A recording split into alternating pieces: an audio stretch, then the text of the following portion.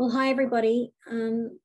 It's really good to be here, and I'm very glad to be able to participate in the conference. I wanted to thank Bea for making this possible. We were so disappointed we couldn't go to Japan last year.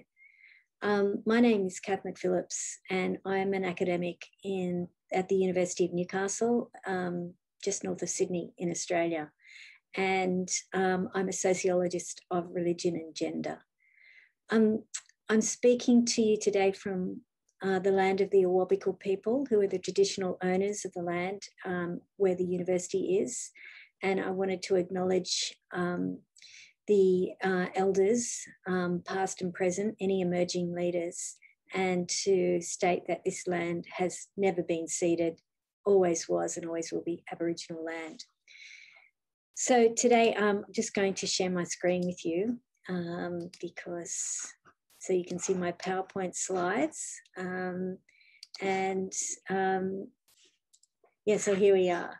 I hope you can see that all right. Okay, well today my paper is about the child sexual abuse crisis and the sexual abuse of women's crisis.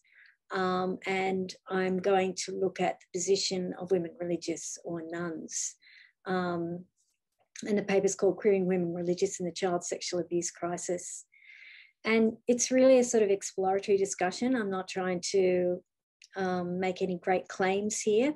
I just wanted to sort of open up this space so that we could begin to talk about it. There are a number of important points here. The first is that the role of nuns, the histories of religious women have often been quite muted in Catholic Church archives and histories, or the way in which women, religious women, have been sort of framed has been either very conservative and traditional, very heterodoxic, etc., etc. So more recently, quite a few accounts of the sexual abuse of nuns by clerics has begun to emerge across the world. And also at the same time has emerged these stories of nuns sexually abusing children and facilitating the abuse of children to religious clerics. So there's this kind of double burden here where nuns are both perpetrators and victims. And that's what the paper is trying to do. It's trying to put all of this on the same page, basically. So in short, there are two central facts here. The fact one is that nuns themselves have been subject to very significant levels of widespread sexual abuse by clerical perpetrators, meaning priests, brothers, bishops, etc. I'm saying decades there, but I'm sure it's centuries. And it's been very poorly recognised. And there's also evidence that nuns have actually joined religious communities to escape the sexual abuse they suffered as young women and children. Then fact number two, nuns were instrumental in facilitating the networks of clerical child sexual abuse, particularly providing clerics with access to children. And they themselves are also implicated in the physical, emotional, psychological and sexual abuse of children. As well, leaders of communities of nuns have remained silent when accounts of child abuse were disclosed by victims and survivors. So these two huge things sitting together, what do we make of this? So first of all, it has been known for a while that there is a history of the sexual abuse of nuns, so it's not new. A survey in the US in 1998 estimated that 40% of nuns had experienced sexual assault while in religious life, mostly from clerics, but not completely. So that's a huge number, 40%. That's actually 10% higher than the abuse and sexual assault of women in domestic and family violence. And in 1994, the Vatican tasked Irish nun Mara O'Donoghue to produce this report of cases of sexual abuse of nuns across the globe. And so she actually travelled to 20 countries and she got a lot of evidence and wrote a report. And that report was then shelved by the Vatican and has never been referred to, even though it had recommendations, et cetera, et cetera. Megan Brock has reported from her research that women were joining religious communities to escape childhood sexual abuse. There is a sort of, there's a very grim history here, and currently as well. And then in 2018, Voices of Faith, which is an international Catholic women's organisation running out of Europe, convened an international meeting. And at that meeting, a number of Catholic religious women, nuns, disclosed their sexual abuse by clerics. So this was a really big thing because there had been just very small numbers of nuns disclosing publicly their abuse. Another survivor and theologian, Doris Wagner, estimated that up to 30% of nuns were victims of sexual abuse. And following this, the nuns, hashtag Nuns2 movement was initiated following the hashtag MeToo movement. So Mary Hunt has said another nail in the institutional Catholic coffin is the recognition that some clergy have perpetrated sexual abuse against women, in particular against Catholic nuns to whom priests have had access without accountability in sacramental situations, including in sacrament of confession. Reports of clergymen raping women, paying for abortions or pregnancy they caused despite the institutional ban on abortion, coercing young women to have sex with them because they are assumed to be virgins and therefore not HIV infected, this is particularly in Africa, are some of the terrible stories beginning to surface around the world. So how to understand this? Well, first of all, part of the reason we don't really know much is because the media has been largely disinterested in the sexual abuse of nuns, and Tara Tuttle looks at this in her article, much like the sexual abuse of women in general across the globe has not got significant media attention. And as I mentioned, following social media and the hashtag Nuns2 group being launched, Pope Francis did recognise that nuns had been subject to sexual abuse, so that within the church politics, that was quite significant. Also, disclosing abuse has been very problematic and traumatic for religious women. They were often not blamed or disbelieved and rejected by their orders. Lots of them were forced to have abortions, and perpetrators were protected and allowed to continue doing what they were doing. So this all leads to sort of institutional silence and secrecy, which is nothing new. This has been known for some time, that the cultures and structure of the Catholic Church encourage this. A report came out last year from the Australian Human Rights Commission noting that working in the church is a very dangerous place for women because senior leadership roles are exclusively male. Women can't participate and engage in important leadership functions. So it's not just leadership, it's also governance, liturgy and language are male dominated, and there are very poor mechanisms of transparency and accountability. But the other side of the story is that nuns are also child abusers, and this came out at the recent Australian Royal Commission into institutional responses to child sexual abuse.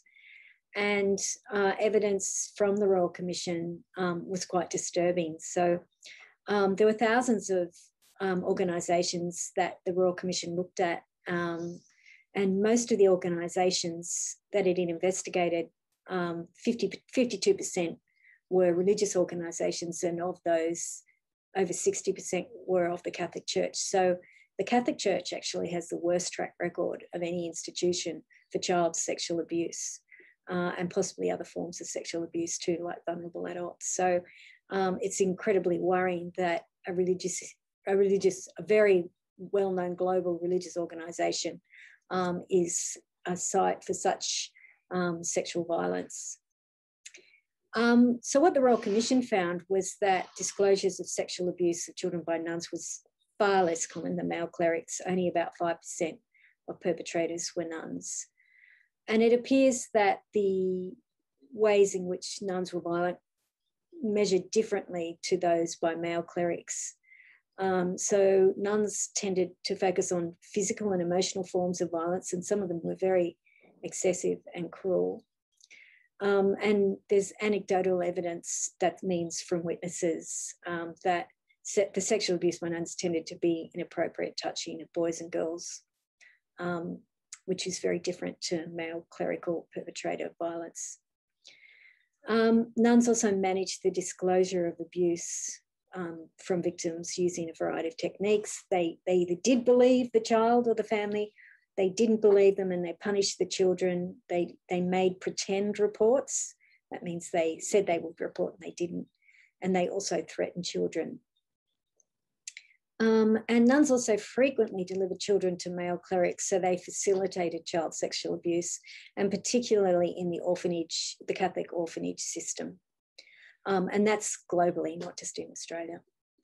And I've just got a couple of examples here from the Royal Commission material. Case study 1 had Merle, and she was an Indigenous woman placed in a Catholic orphanage at the age of 7.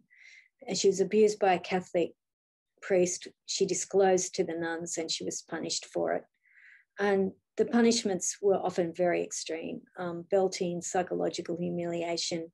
She was placed in a room of 40 degrees Celsius, which I think is over 100 Fahrenheit, without water for quite a long time, and forced to drink her own urine. If she wet the bed, she was forced to wear a nappy in public. And these were like common stories, not unusual stories for children recounting their abuse in institutions at the Royal Commission. The second example is from St Joseph's Orphanage in Newcastle, Queensland, which was run by the Sisters of Mercy. And there the evidence was that boys were regularly lined up and their penises inspected and measured by a nun in the presence of other nuns. Lots of other examples of children having to shower together or bath together all the time under the gaze of either nuns and or priests and brothers. Lots of indecent touching and assault, etc., etc. So it's not just in Australia that these things are happening. We also know from reports from Ireland, the Cloyne report and the Ryan report, that children and young women in closed institutions like orphanages and schools run by nuns were engaging in gendered violence. The notorious Magdalene laundries were a case in point where they housed young women who were classified as morally deprived, and the conditions were appalling, and women were regularly sexually abused by nuns and male clerics. But we you know, it's sort of like the evidence is scant and we need a lot more. So we've got these two situations, or these, you know, two scenarios, and I'm interested in putting them together onto the same page. And so this is what I've come up with. I'd be really keen to hear what you think about it. The first is the sexual economy of Catholicism. So discursively positioning nuns in Catholicism means that nuns are produced as docile subjects of male power. Brock says they're subject to male institutional authority. Nuns are represented by the church's living lives of self-sacrifice, devoting themselves wholeheartedly and single-mindedly to God and to church's work. So they sacrifice autonomy and independence, and they accept this structured life lived in community and at the service of others. It's a very common reading. In terms of sexual abuse, this positions nuns as very vulnerable and accessible to male desire, and it produces a sexual economy of clericalism. They're like nuns are the handmaids of the male church. They're servicing the clerical elite sexually, but otherwise, and also, you know, in terms of their other needs. But they're also regulating the behaviour of lay women and children. And I like the example of Margaret Atwood's The Handmaid's Tale. So women are both enforced and were enforced, but men were maintaining power through sexual and psychological violence. So this sexual and spiritual commodification of nuns is sort of one answer to how women can be both entrapped and command power in a limited, oppressive clerical economy. The second view is what I'm calling identity, agency and self-sacrifice. So that's where nuns have long been associated with effective forms of agency, where they're positioned outside of normative femininity, and that provides them with freedoms, also with restrictions. But nuns have been at the forefront of movements of social change including challenging clerical authority and power. They've been instrumental in building networks of social capital and welfare and providing labour for the infrastructure projects of the Catholic Church, particularly in the colonial diasporas like Australia. And their contribution to social welfare is just enormous. Following the changes to religious orders at Vatican II in the 1960s, nuns' lives changed dramatically. They came out of the monasteries and they were able to live in the community. They travelled, they had access to higher education, to secular employment. And so this then put them in the position of being quite privileged. They had economic privileges, social privileges, etc. And often they use this privilege to advocate for poor and marginalised communities and critique male power in the Catholic Church. So it's a very interesting sort of situation. Nuns have never really been perceived as normative women. They were certainly given respect and deference by the church community, and they held positions of leadership. They led monasteries and schools and orders. They became saints.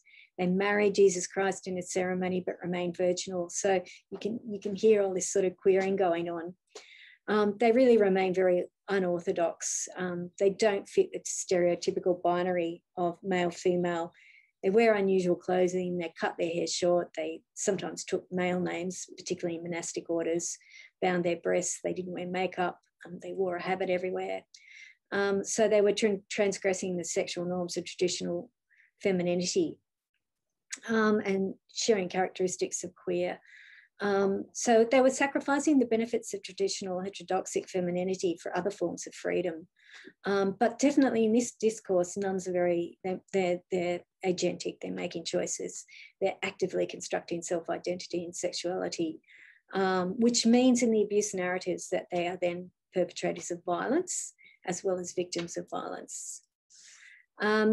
So in conclusion, the stories of nuns in relation to the sexual abuse crisis and child violence is still really very muted. And I've just got some final thoughts. First of all, the crisis of child sexual abuse has been framed as one of male homosexual and pedophilia. So it means that focus on nuns who are sexually abused and those who've sexually abused and facilitated the abuse has been muted and sidelined. And that needs addressing. We need to find a new frame here. Exploring the subjectivity of nuns as complex and as existing in a very specific institutional context is really important. We need to look at the Catholic Church as a very particular institution. And we also need a lot more sort of ethnographic and historical work on the religious orders and how the sort of sexual economies of clericalism became so dominant.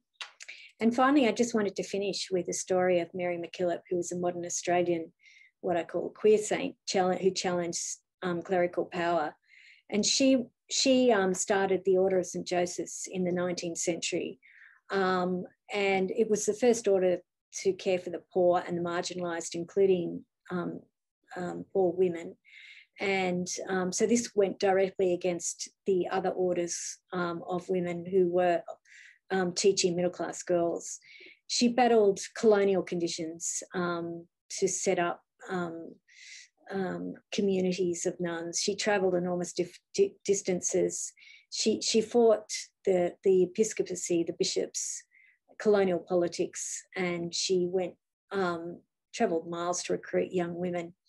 And she wanted to establish the order under the auspices of Rome rather than the local bishops because they wanted her under their control and she didn't want to be in their control. She used to travel a lot as a married woman, especially when she travelled overseas. And she was excommunicated by the local bishop in Adelaide in 1871 on the ground she was an alcoholic. But actually it came out later, the reason she got excommunicated was because she reported a local priest who was sexually abusing children. And there's also anecdotal evidence that some of the young nuns in her order were sexually abused by clerics. So there's a big story there that has yet to be told and hasn't really been unravelled. But just by showing the story, a very brief story of Mary MacKillop, I hope it gives you an idea of the complexity here of what we're dealing with. Okay, well, thank you very much. I'm really looking forward to your comments and it's been great to participate.